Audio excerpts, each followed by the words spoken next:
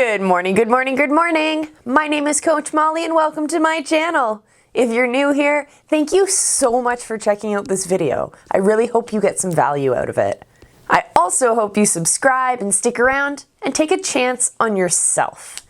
Here at Three Pines Leadership, we strive for balance in all aspects of our lives. And we know that each of us has a gift, a light to shine on the world. And maybe you haven't uncovered your light, or maybe you're standing in the way of shining your light on the rest of the world.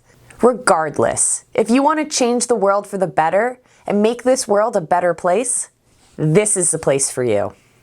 Welcome to this episode of our Q&A show. Once a week, I'm going to jump on here to answer your questions. And you can send your questions to me on the Three Pines Leadership Facebook page, on our Q&A posts on our Instagram page, or by leaving a comment on our Q&A videos here on YouTube. Like down in the comment sections, right down there. Let's get into it. Our first question is from Julia in Markham, who asks, how do I motivate others to follow my leadership? Great question, Julia.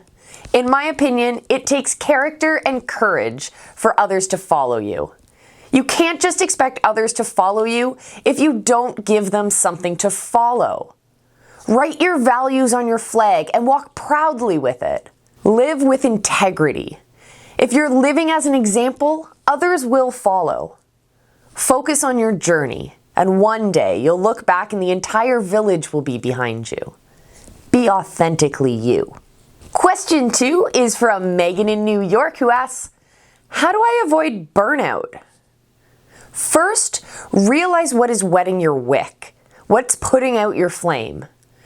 I deal with a lot of burnout in my summer staff, and they work long, hard days, and by this point in August, they're ready to be done. As a supervisor, I help my staff avoid burnout by keeping an eye on them. I notice changes in their behavior or performance, and I demonstrate empathy when things build up in their personal lives. For example, they're packing for university, or they need time off for an exam, or they're just really feeling exhausted. As an employee, I steer clear of burnout by acknowledging when it's around the corner. I keep communication open with my team so that they know when I might need a break or extra support. Many hands make light work, but those hands won't know to help if they're shut out. So keep your team in the loop. I don't think there's a single job or career out there that's 100% awesome. Every job out there has its downsides.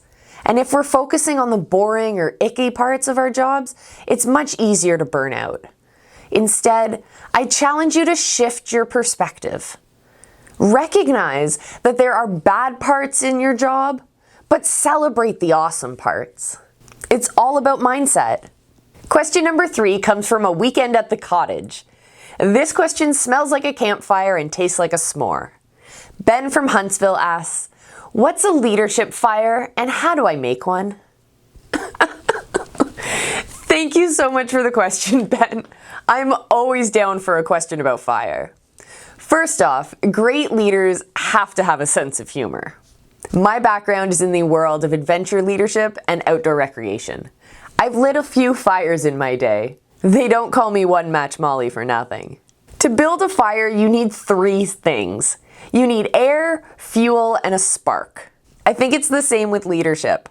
First, you need air. You need space between your thoughts for people to think.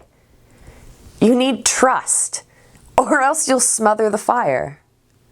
The second thing you'll need is fuel. And by that, I mean you'll need passion. You need collaboration. You need to create a space that motivates your team to bring their best to the table. And finally, you need a spark.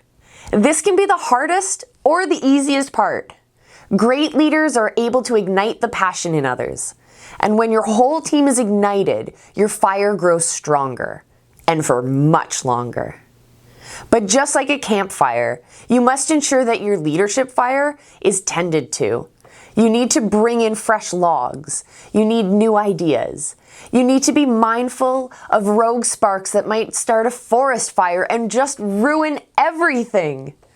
Tend to your leadership fire like the world depends on it. Never forget that your fire can spread. Only you can prevent forest fires. Thank you to everyone who submitted questions. Remember, you can submit your questions you have if you have any questions about leadership or conflict. You can leave them in the comment sections below of our Q&A videos on YouTube, or in our Facebook group, or via email or on our Instagram page. Hey, have you signed up for the 7 Days to Get Focused challenge? You should! Until next time, my friends, remember, I love you, and be excellent to each other.